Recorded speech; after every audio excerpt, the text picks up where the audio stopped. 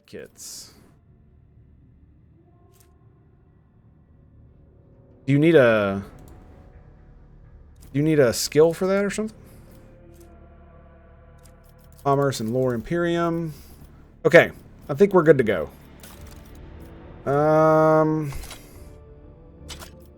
Her weapon and ballistic skills suck. So I'm gonna give her a shotgun. Yeah. Yeah. I mean, hey, man, it works. We could do a las gun, but I think that'll be fine. Yeah, like I said, you gained a second tier archetype. Very nice. All right, what does she have? Lidless Stare. That's the only ability she has. Oh, look, her staff doesn't do shit. Doesn't have an ability. Oh, she has fire grenade. Well, that's interesting. All right, that's a save. Let's also do a hard save while we're here. Going hard, baby. Going hard.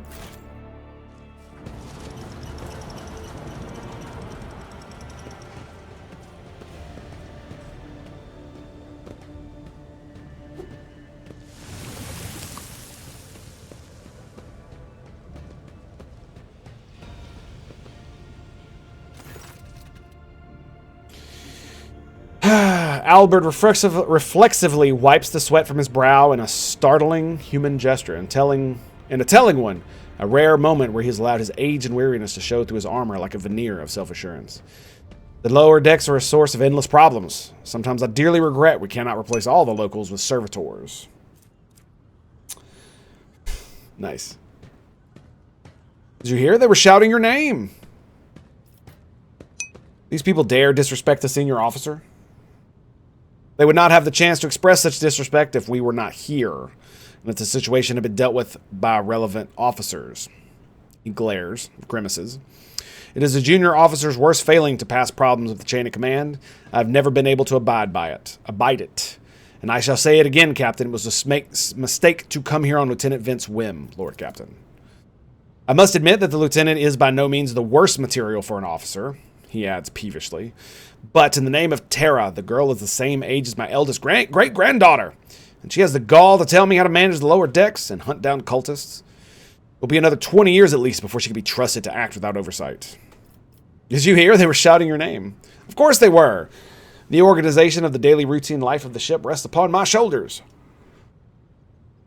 The mountains of challenges and problems from which I endeavor to insulate you, Lord Captain. This situation on the lower decks has been a cause for concern, and I have intervened personally on more than one occasion. That must be why they remembered me. Oh shit. They do not know your face. To them, you are akin to a creature of legend. The one whom stood on the steps of the Golden Throne, no less. Whereas I am the man whose name is attached to every order docking rations or lowering the bay's heating. All right. We need to get to the bottom of this.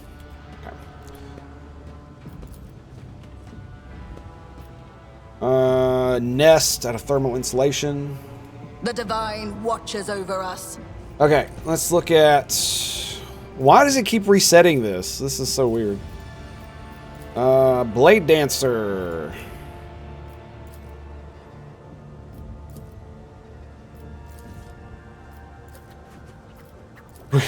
With 3 fucking psychers, man. This is crazy. Alright, we'll push him up a little bit. We'll put me in the back. The very back. Actually, let's do it like... Do it something like that, yeah. We'll have her outflanking to the side, her outflanking to the side. Yeah, I like that. And I'll be in the middle. Wait. We shall reclaim what is rightfully ours.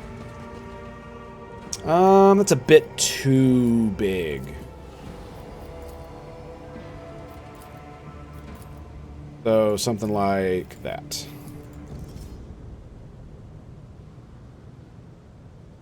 There we go. Very nice.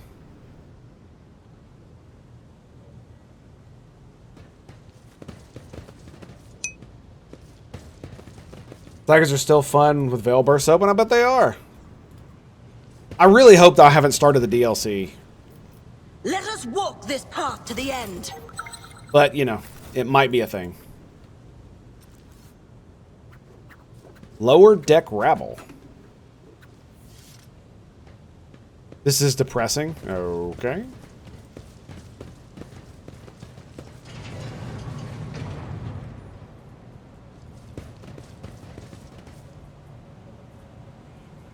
Well, at least there's loot, right? For the Emperor! El Baron! Bottoms up. Cheers, mate. Pow! Oh, my dude. You absolute maniac. Well, El Baron, since you insist so righteously, my dudes, my bros, my homies, it is time once again that we join together in the most glorious of kumbayas. All you need to do, my friends, is grab that cover, maker glass, perhaps you have a tankard, chalice, or a stein, maybe a canteen, jug, a flask, a vessel of any kind. You fill it with your favorite fluid. That's right, I like my morning coffee. It's deliciously, magnificently Tango made. And join me now, friends, for the gloriousness, the stupendosity, the absolute awesome sauce that keeps our civilization turning. It's called the simultaneous sip, but it's happening right freaking now. Go!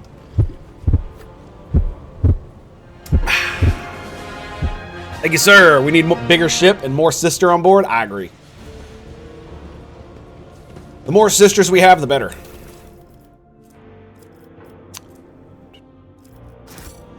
Okay, just loot, scratch letters, blah, blah, blah, blah, blah. I mean, the thing about it is I really do feel for the dudes on the lower decks, because it has got to be a shitty existence. What is that buff? Frenzy?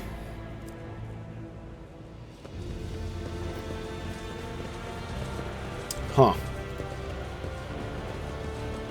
I mean, they're essentially slaves, you know what I mean? I still do not see our purpose in coming here. Relax, old man. Going for a stroll on the lower decks every once in a while is good for you. Lets you see how the simple folk live. Yeah, I mean, I'm not gonna lie. That's actually something that, if I were the Lord Captain, this is something that I would want to do on the regular. You want to know what your ship is doing. You want to be able to see your personnel. And it's like, it's not about whether you give a... Like, even if you cynically don't give a shit about these people, and they're just fodder and slaves to you, the fact that they see you and at least think you might care is something that is useful, right? It's what Machiavelli wrote about in his book The Prince, right? That's really what it boils down to.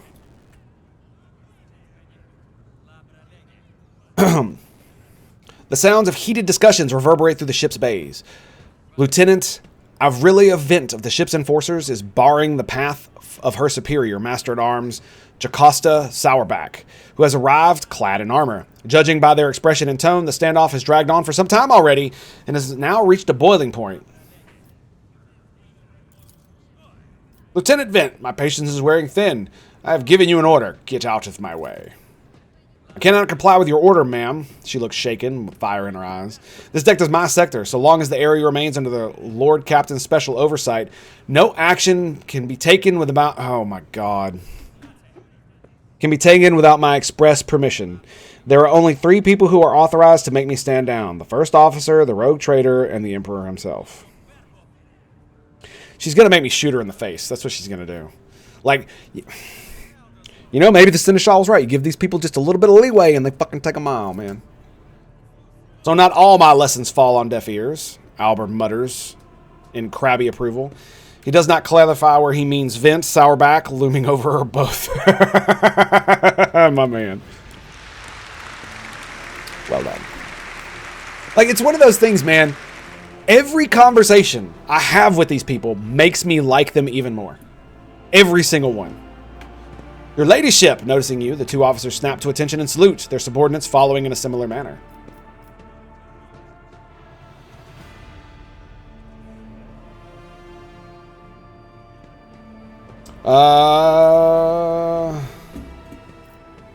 I'm half tempted to go with this, but it's one of those things. It's like one of the things that Machiavelli said in his book was, I think I said this last time I streamed yesterday. It's not enough to be loved. It's not enough to be feared. To be a good leader, you must be both. Because if the people fear you, then they potentially will rise up in. They're more likely to have stringent voices rise up in insubordination and in revolution if things ever start going badly in your kingdom. And even if your subjects just love you, then what that means is that others outside of your kingdom might see you as weak, someone who begs for the love of peasants and people and slaves and shit like that.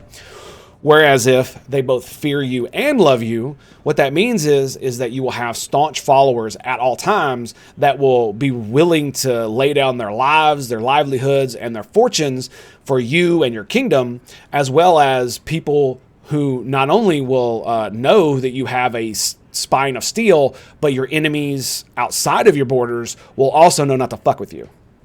It's one of those things that's like, every time I see it in action where people are not like following this, it bothers me. Because it's like, especially in a setting like this, where this is something that should be, that where every noble should be taught this.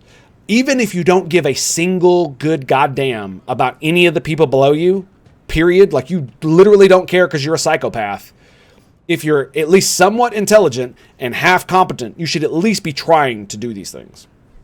And I hate that Machiavelli gets such a bad rap simply because he's basically laying out a logical formulation to how to rule a kingdom and ensure that you don't die or have it completely and utterly destroyed.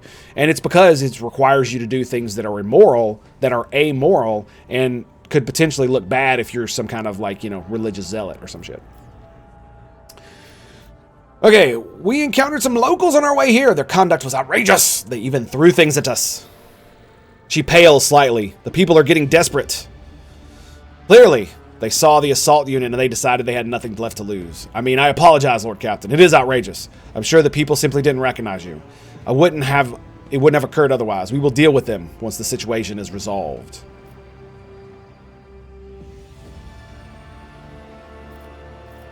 And what's the situation? Your ladyship, my people have locked down the bay where the strikes are, including their leaders. We have the situation under control as far as resources allow. I really hope they give me a way to do this without just being like good, bad, or middle of the road. Under control, Lieutenant. I came here to lead an investigative unit. And what do I see? The rabble is on the verge of mutiny. There's nothing to investigate. This simply calls for immediate repression and firing squads. And you, Vent, are a step away from facing charges yourself.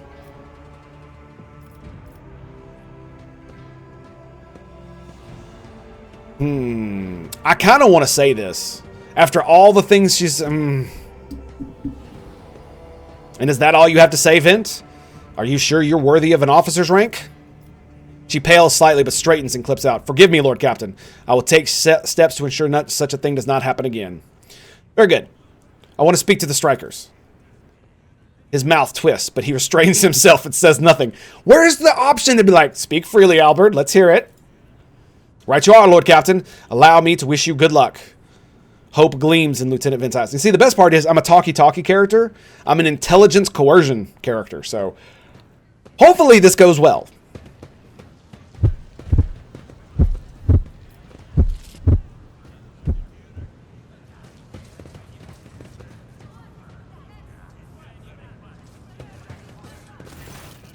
Okay, here we go. Nobles from the upper decks. And not only that, think about it like this. Especially because of how these people have been treated. Now that I've graced them with my presence, it does give legitimacy to their bullshit. That's true. However, it also means that they now know that I am paying attention. And all I have to do is show them that such actions will not be tolerated in the future, but I am willing to be gracious. Good, right? It's really good. Like, I'm telling you right now, dude. Gold Ducat was not wrong. That's why I love him as a villain. He's so good. An actual fascist. An actual fascist. That's what he is. And the worst part is he actually did try.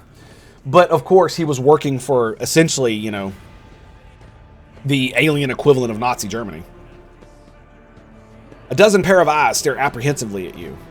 The people before you are typical inhabitants of lower decks. You take in their simple clothing, crude weapons, and faces that display varying levels of mutation, from barely discernible to strange and outrageously grotesque.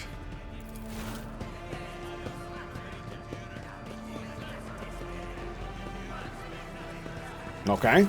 They're bowing. That's good. That's good. Rivet. A whisper passes through the crowd, and you detect a mixture of fear, astonishment, and joy in their reactions. Finally, 3 people break away from the crowd, an elderly woman and 2 men. These must be the leaders. They bow clumsily before you, of course. Lord Captain, you've come down to us.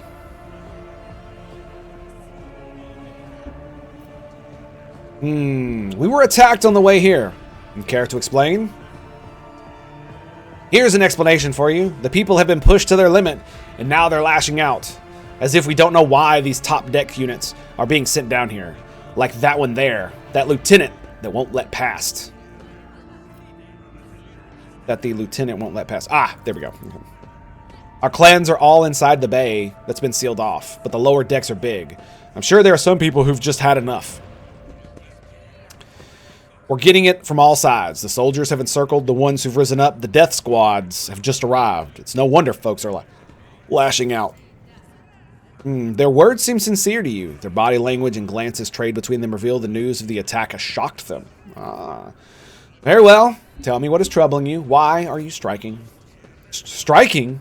That's news to us, your ladyship, says the tall, thin man in workers' gobs.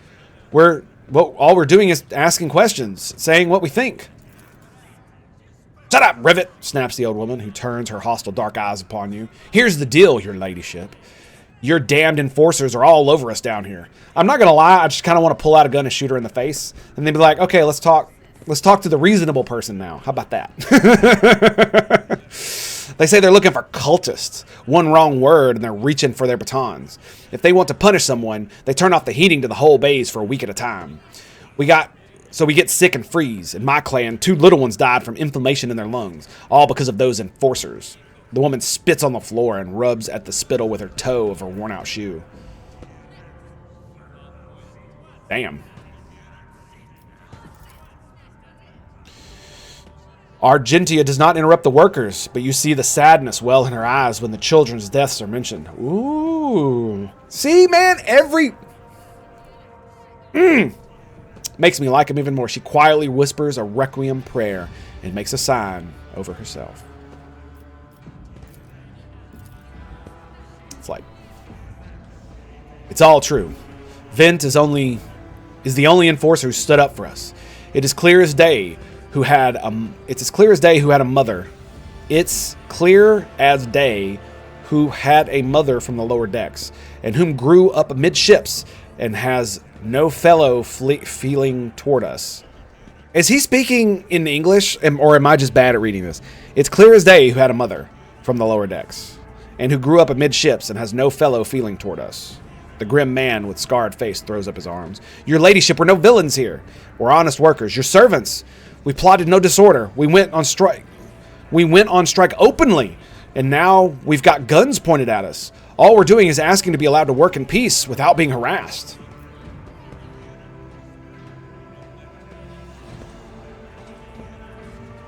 The persecution started apropos nothing, you say? I was told that one of you was found in possession of a cultist amulet, and there are heretics hiding here. A cultist amulet? What's that? The G-Jaw they found on a dead drunkard? If it was something evil or forbidden, we sure didn't know. The enforcers just said they were looking for heretics among us, and anyone obstructing their investigation would be punished. But how could there be heretics here? We know our own people, and there have been no new faces around. Definitely not. And if there were, we'd be the first to report them. And as for this amulet, or whatever it is, they took it off a dead body. There are no cultists still breathing in our sector, that's for sure. But when the fight broke out, some of the enterprising folk looted the bodies. The boots they came back with? Nobody's ever tread these decks with boots so fine, and I can tell you that. Seems to me these cultists have better commanders than us. Oh yeah, those boots are really fine. Oh my goodness, these poor bastards. Oh god. All I know is you know a game has good writing when you feel bad for pseudo nameless NPCs. Damn my empathy. As for the amulet, oh yeah, the boots are really fine, and there was no harm in taking them, right? I mean, I'm not gonna lie. If you're stealing clothes off of dead traitors, they were touched by the warp, so I'm kind of like not liking that, but I'm not really gonna like shoot anybody for it. So it's just one of those things. Wink, wink, nudge, nudge. We'll just pretend not to talk about it, right? As for the amulet, it must have been pocketed by someone who didn't know any better. We don't need any amulets around here. We all worship the Emperor, and we're working.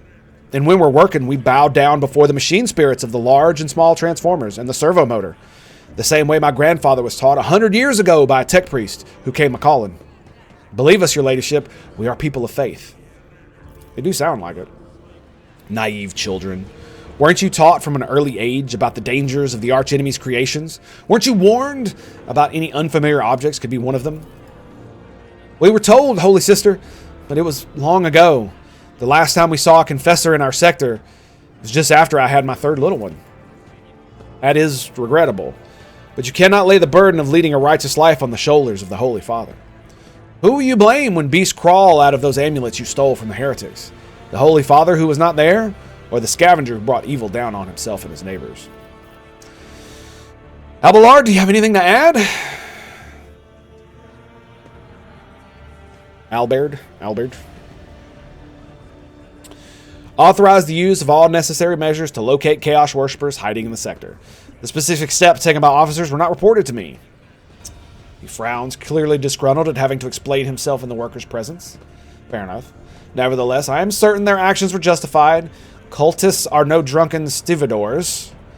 They are the enemy and a threat to the ship. Neutralizing them demands decisive action. Was it really necessary to torture people with the cold, Sourback? The rabble understands only one language, Lord Captain, that of violence. As per regulations, should the laborers persist in their unwillingness to cooperate, the next step is limiting their air supply and cutting off water, which is almost certain to restore order. The peasants can grumble all they want, but in the end, they are the source of their own misery. All they have to do is bow their heads and fall in line, and the need for punitive measures will disappear. And what changes do you want?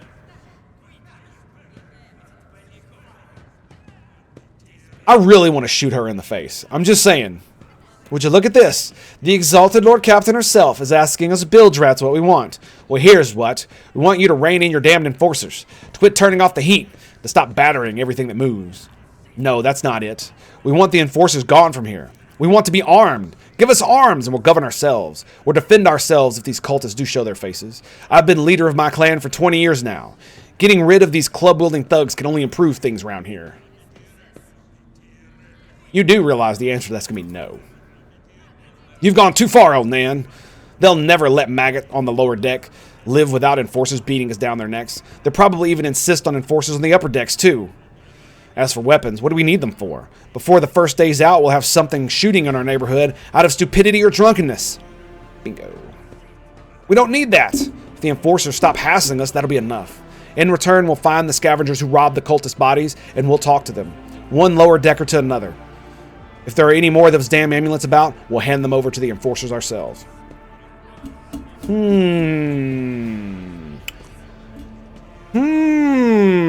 That seems like a pretty good deal. You speak for yourself and your clan, and I'll speak for me and mine. I don't want empty gestures. I want real change. They'll promise us the world now, but as soon as the anointed one turns her back, these roots will be on us even harder than before. All because we dared speak out. No, it's because you dared to be fucking rude. The tall worker's eyes dart between the two arguing leaders. Every few seconds, he opens his mouth as if planning to agree, but each time he falls silent, simply making a few noises of approval. Let's see. Oh, okay, so the number is the difficulty modifier.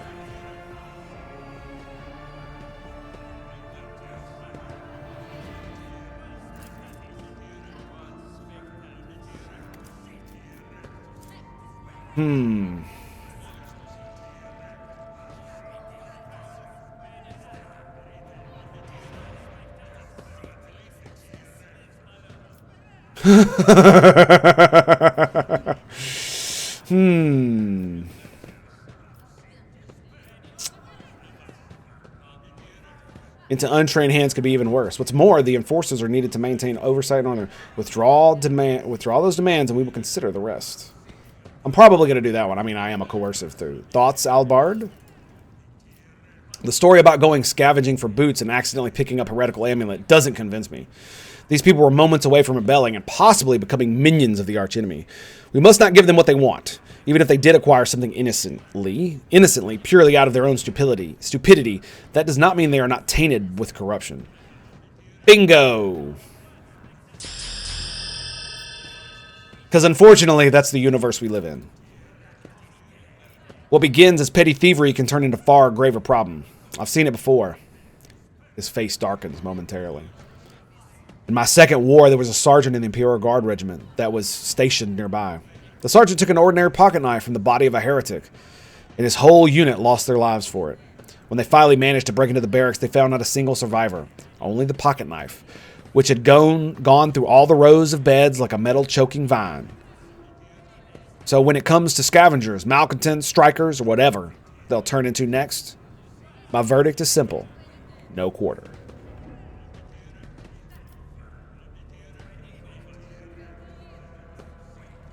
Master at Arms, give the rabble a grox, and they will take an agri world, Lord Captain. They only understand brute force and will interpret any concession as a sign of weakness. Giving them weapons and recalling them forces would be folly. It would only be a matter of time before we had a full-scale mutiny on our hands.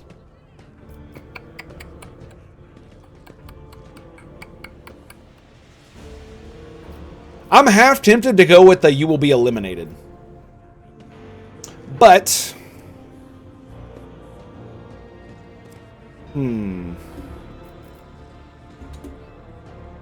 spreading anarchy on the ship is the first step toward embracing chaos. Putting weapons in untrained hands would be even worse. What's more, enforcers are needed to maintain oversight and order. Withdraw those demands, and we will consider the rest.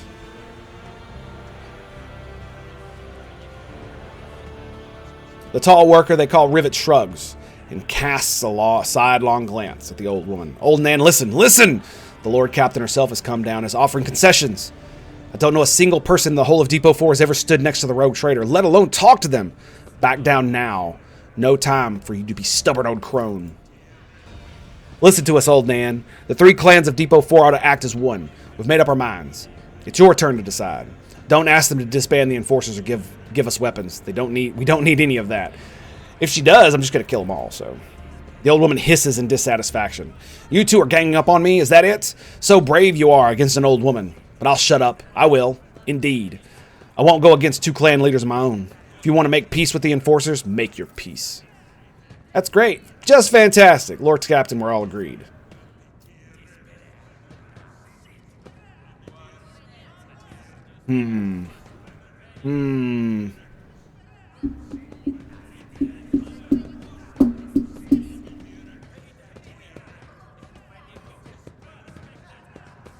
I'm half tempted to just kill them all, dude. Like, even with all of this, it's like, I'm going to regret this. I know I am. Then it's decided. The persecution will stop, and I will expect you to assist in locating any remaining amulets or weapons left by cultists.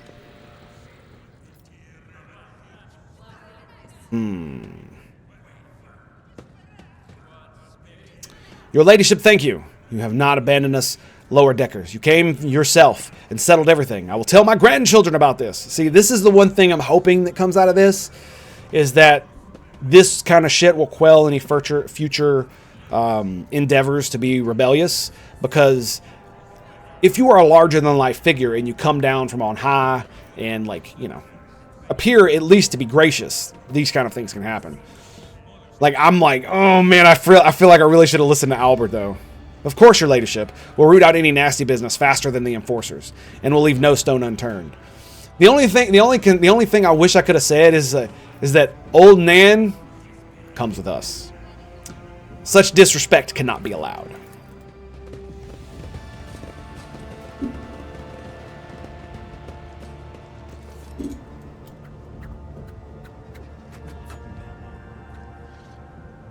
Yeah, he's not going to be happy.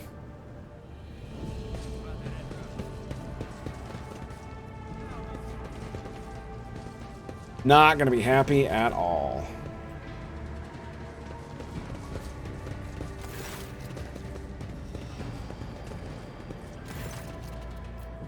Stopping unexpectedly, Albert imperiously dismisses the unit to stand at a distance and addresses your other companions, saying, I have an urgent matter to discuss with the Lord Captain.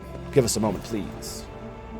He looks at you and his vast vegeces of restraint vanishes. Are you pleased with your investigation, Lord Captain?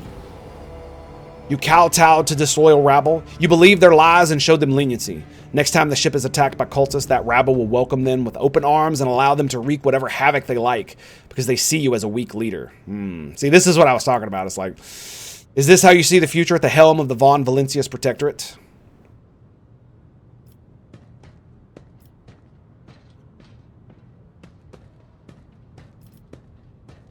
There is some truth in your criticism. I should say so! He heaves a sigh, but then visibly relaxes. You simply need to trust me. I have handled the situation myself, and had I not decided to intervene... Remember, Lord Captain Theodora, do you think she ever set one slippered foot on the lower decks? No, she did not.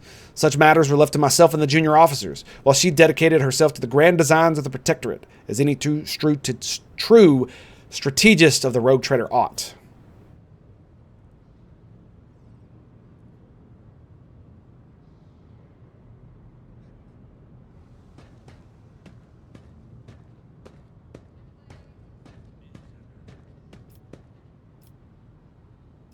Ooh, only 3 options.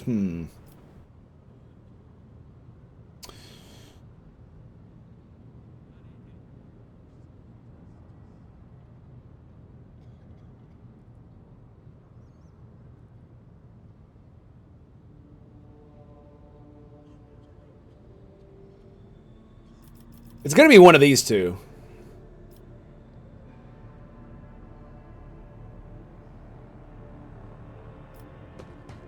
Maybe if Theodora had spent more time on trifling matters, she wouldn't have wound up dead. There's a new Lord Captain aboard this ship now, and I will not repeat her mistakes. Looks at you stunned and exhaled loudly, then nods curtly. I commend your decisiveness, but I am uncomfortable with introducing new protocols in the midst of a crisis. Now that I can definitely understand. This mission is so tricky. It's so hard for Albert not to be mad at you by the end. Yeah, I know, dude. It's one of those things where it's like, he's not wrong. Exactly, dude. I feel you, dude. I hate disappointing. Yeah, it's like because I like all of the characters so much. It's like, oh, because he's not wrong when he's talking about the chaos and all that other shit. And it's like, I was very much leaning toward like I should just kill them all because they've been tainted. But there's a bit of me that's like, they actually haven't been, and it's possibly that this could. It's like a gambit, right? This could absolutely benefit the ship if done correctly. And, stand straight at attention, I lost my temper, Lord Captain, and I believe I ought to explain myself. Please do. He speaks slowly, the words not coming easily to him. The prosperity of the Von Valencius Protectorate is not just an empty phrase to me. I left the Imperial Navy for the chance to see it flourish. It was the most monumentous decision of my life. I did it because I saw in Lord Captain Theodora's deeds the sign of true greatness. Rogue traders do not simply forge new routes and capture worlds. They create order out of anarchy. That creative impulse was entirely lacking during my time in the military. I bet it was. Also been greetings and salutations, my friend. How you doing? Pow. So I left behind everything I'd known, everything my family had known. I came from a long line of officers, and I embarked on an incredibly reckless venture. Lord Captain Theodora entrusted me with all the concerns she had no time for. She would go off on her flagship for long periods, to distant frontiers, on scouting voyages, and the advancement of the entire Protectorate rested on my shoulders. And then suddenly, everything that had been built over the years and years began to quake, rattling like a flimsy hangar on a seismically active world. One of the senior officers betrayed us all. The rogue traitor was killed, and who knows what is happening on the planets. I tell you this honestly, without fear of appearing weak. All this has come as a grievous blow to me. I'm not panicking or grieving because I cannot allow myself to panic or grieve. I am duty-bound to aid the new rogue traitor, to aid you, to find your footing as quickly as possible. And to do that, I must insulate you from the problems that in the past have been dealt with by tried and tested procedures set out on the ship's regulations. Procedures that were established long ago and have functioned smoothly for decades cannot suddenly be deemed excess to requirements.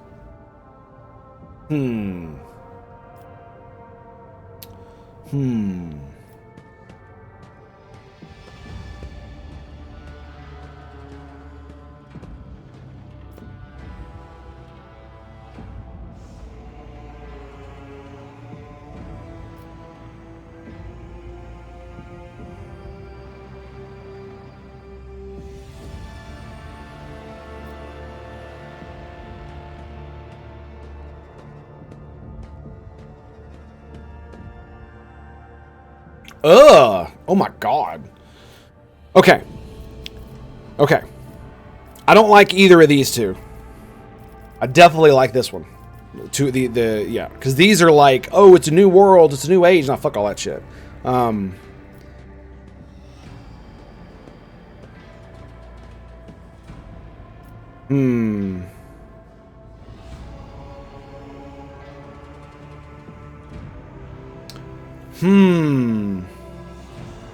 Is it better for me to appeal to him?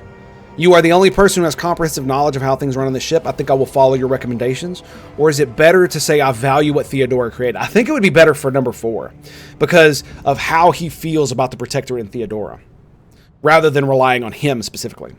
Okay, I think we're going to go with 4. Yeah. I value what Theodora created, and I trust that this situation is an aberration in this ship's otherwise smooth operation.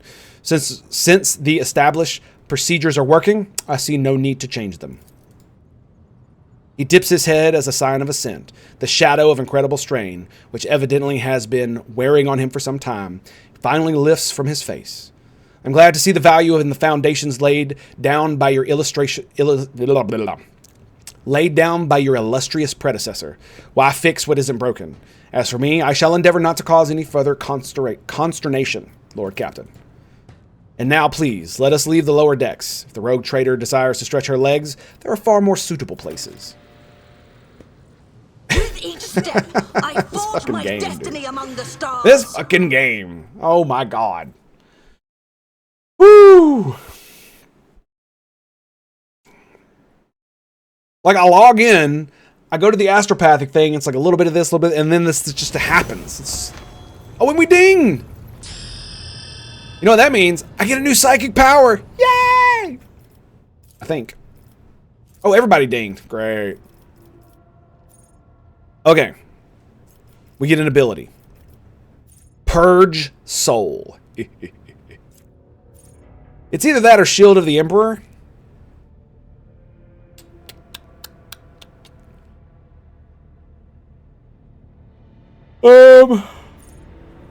Oh, it costs 1 AP, 1 creature within a 12-cell radius. Man, you got to be fucking close as hell to use these things. I definitely need to use a talent to get one that increases my range. 3 to 6 direct damage. Damage is increased by 50% against Xenos. So Psycho rating plus Resolve. Okay. And is Resolve...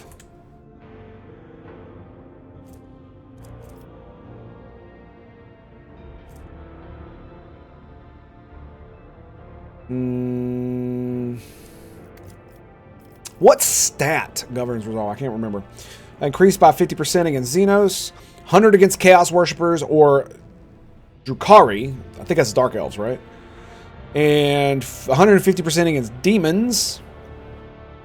And by 50% if the enemy has already been damaged by the Psyker or any of the Psyker's allies this combat. That is cool as shit. These damage bonuses also affect any damage bonus from other sources. This power does not affect targets that lack souls. So I'm assuming machines, servitors, and shit like that. Okay.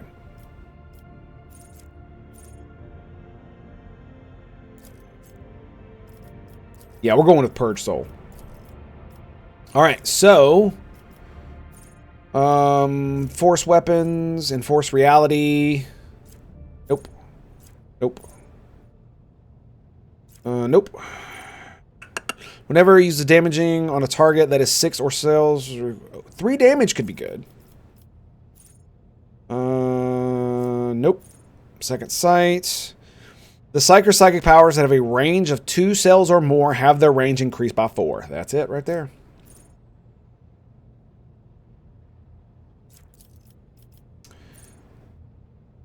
How much does this veil degradation work? Huh. Alright. Bam. Done. Damn, look how much experience I got! Dude, you level up so fast in this fucking game. So, what exactly do you get from these? Right?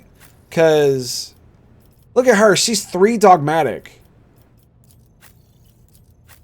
Right? What if... What...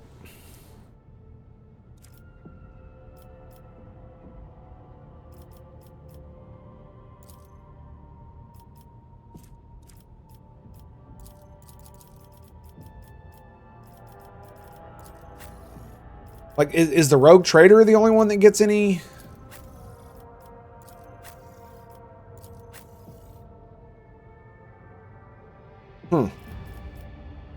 Because it doesn't say it gives any. Oh, look, there it is. Above the thundering guns? What is that?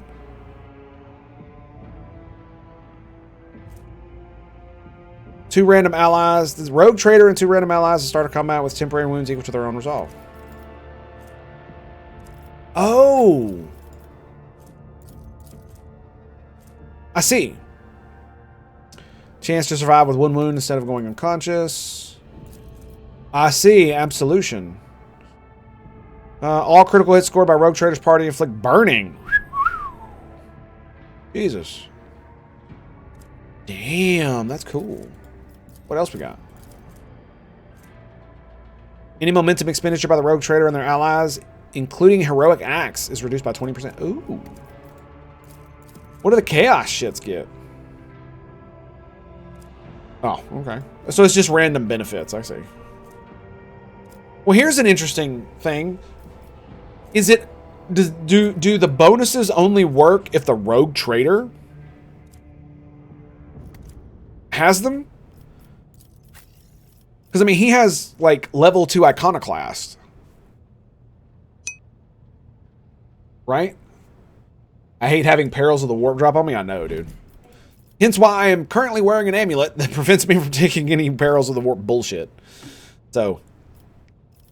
I really want to get somebody. I really want to get at least 1 more person in my group, because having 3 psychers is going to mean that the perils are going to go crazy. All right, let's level her up. Since we're already here, we're going to give her more agility or weapon skill. We're going to go weapon skill. And then attacks made with a sword deal plus agility bonus additional damage. Bonus is doubled when using a 2-handed sword. So her agility bonus is like, what, 5? That's cool. I actually don't know what the bonus is. Let me see.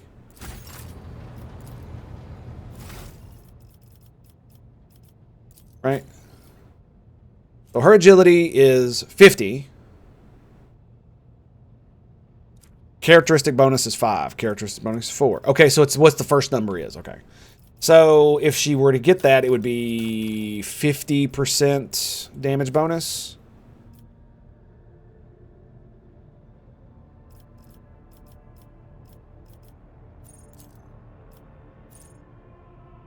%5 damage bonus. Only 5%. So it'd be 10% if it were with a 2-hander.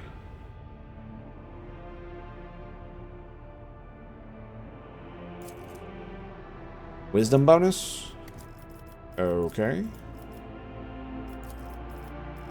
Be nice if I could look at her actual stats, but you know, whatever. Her maximum wounds. Ooh, plus her dodge divided by 10. Ooh, that sounds really good. Each attack increase the damage of all subsequent attacks made this turn by 5%, 3 times. Steady hand. Parry is increased by toughness bonus.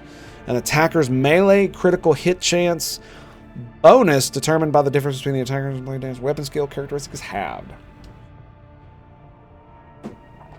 Yeah, one of the reasons I'm doing that is because basically I went officer first with a psyker buffs so I could give people extra turns because I kind of like that. I didn't actually realize I would have an officer so quick. And so all of my psyker abilities, the only psyker ability I actually have is the Word of the Emperor, and that's it. And all it is a slight buff that increases resolve. It's cool and all, but it's not that great. So I don't have anything that can actually do damage or buff or anything like that other than that thing. Sweeping motions. Melee area attacks costs... Ooh, that's sexy.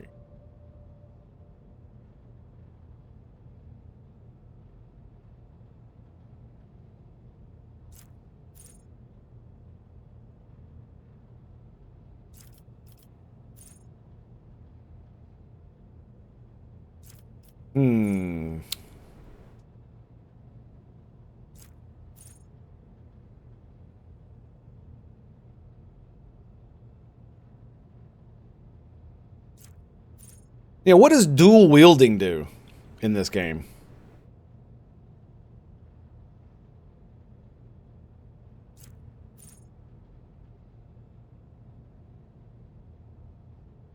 +1 charge from death from above.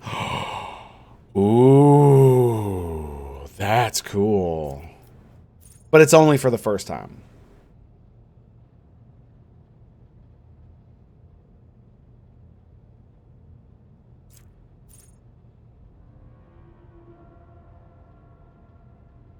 Oh, that's cool. Whenever the Blade Dancer uses an ability that costs wounds, they gain wounds spent as temporary wounds. Not half the wounds.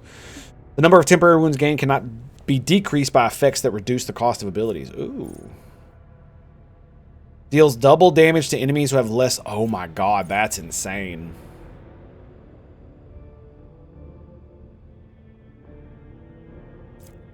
The last strike deals double damage.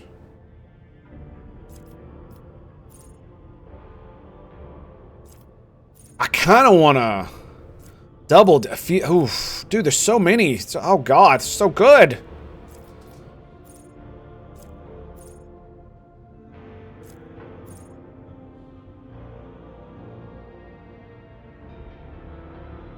The Blade Dancers deal an additional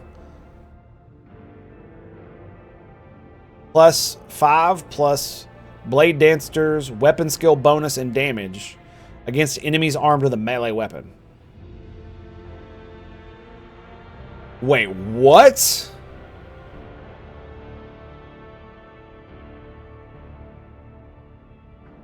That's a lot of damage. Her weapon bonus is 5. 6 maybe after this. So let's just say it's 5. So that's 5 plus 5. So that's 10. Oh, it's percentage. Okay. Okay, never mind. Never mind. I thought it was like flat. I was like, oh my god. She does like 20 damage, so it would be like 2, I think.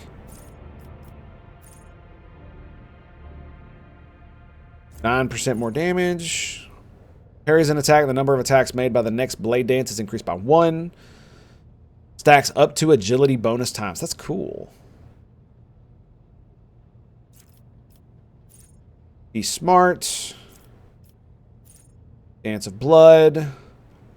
Allies deal +2 more damage to enemies if both the ally and their target stand in blood-covered cells. I kind of like these, where they get more blood stacks.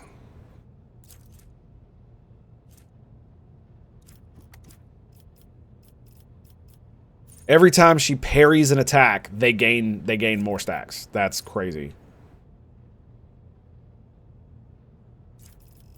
Wait, doesn't she have... Wasn't there an... Oh, that was an ability. Never mind, not a talent.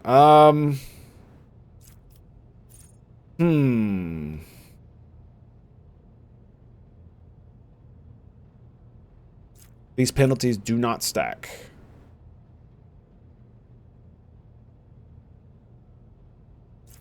Doubled if two-hand.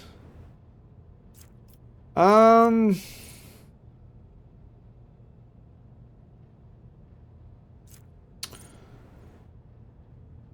going to go with this, sweeping motions. It's either that or...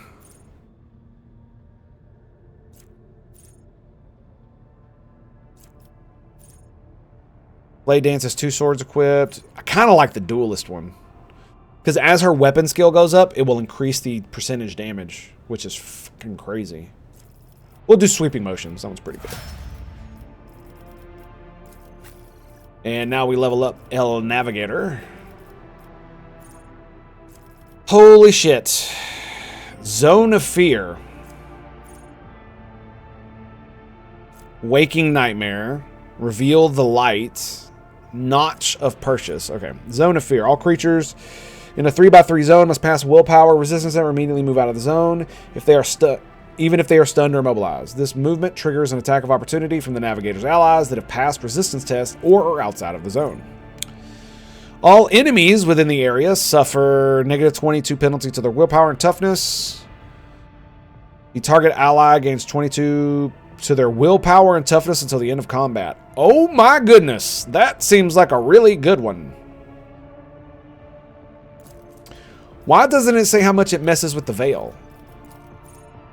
I thought they were all supposed to say that. Navigator designates a square. The enemy closest to that square immediately moves up to 4 cells toward it.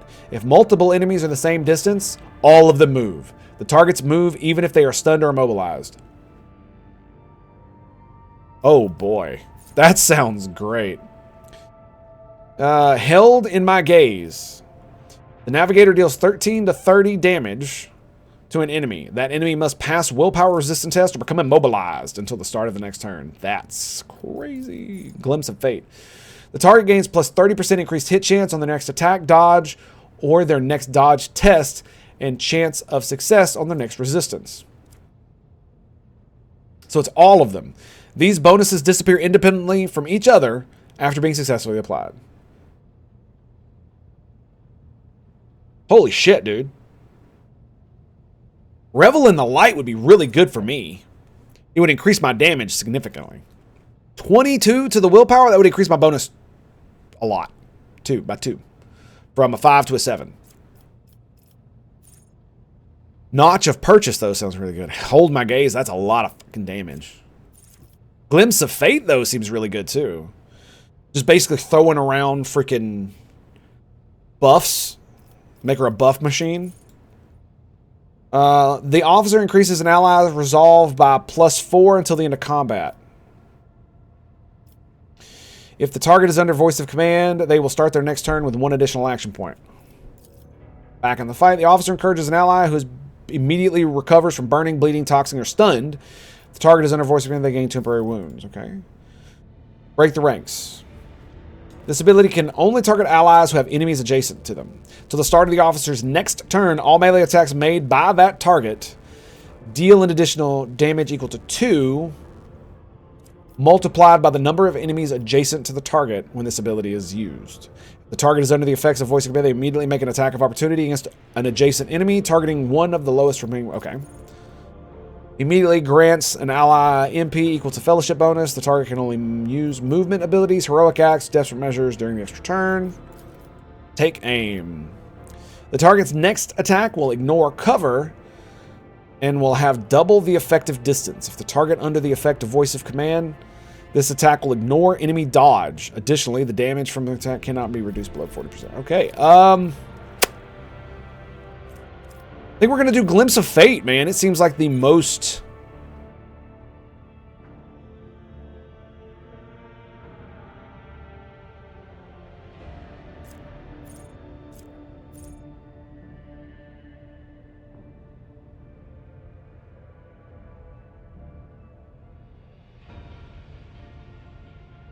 Because what would willpower and toughness do, right?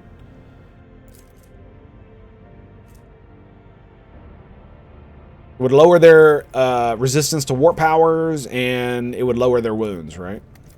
Their total wounds. I could just do more damage.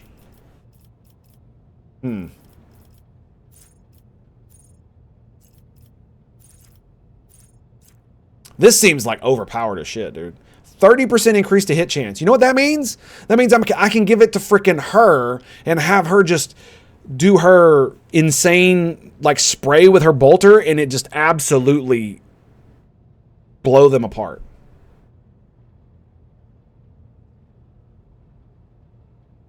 Yeah, we're going Glimpse of Fate. Considering she's just like, she's a buff bot just like me.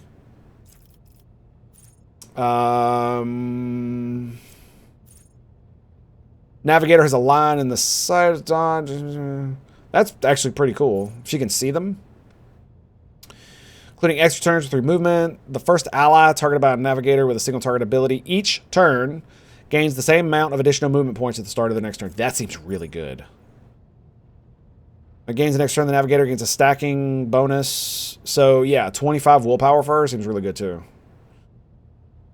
Suffer a stacking -10% penalty, -10 penalty. Perception is higher than the agility. Their dodge is calculated using the perception. Enemies moved by her powers take 4 damage at the end of movement. Whenever the navigator uses a navigator power, veil degradation is reduced by 1. I might go with that one. Or heal, strange vitality.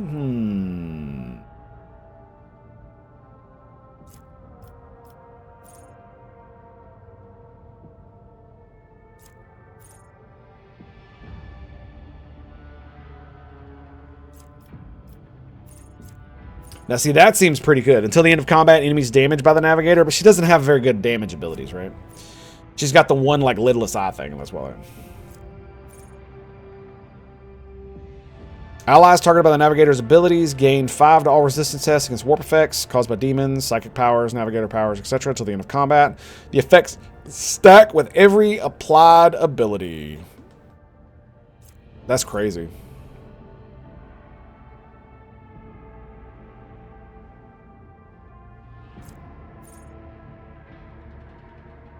So gain 10 armor when having it. This additional armor is reduced by veil degradation. Yeah, I don't like that.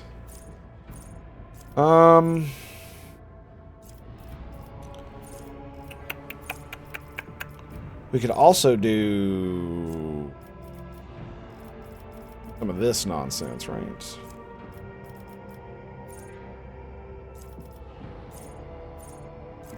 Yeah, none of those really feel like they go well.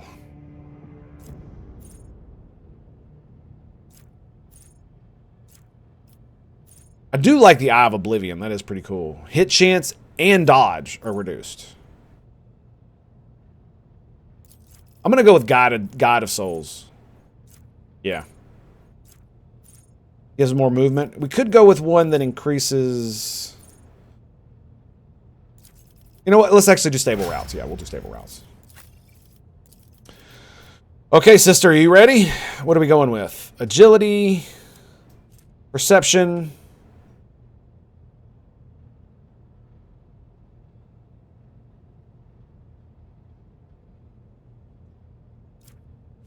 Strength, willpower.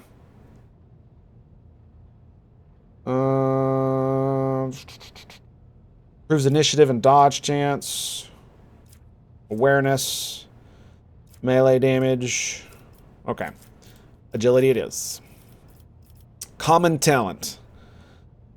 No heresy.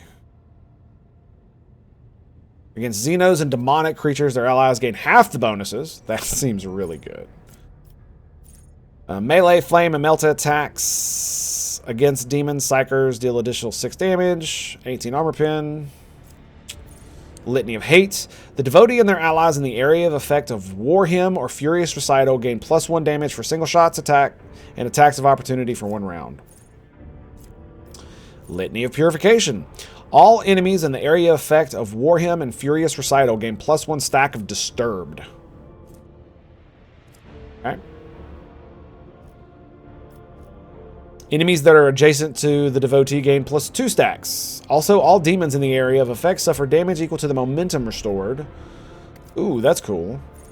Shield of Faith. Devotee gains 12% armor against attacks of demons and warp damage. The devotee's resolve is also permanently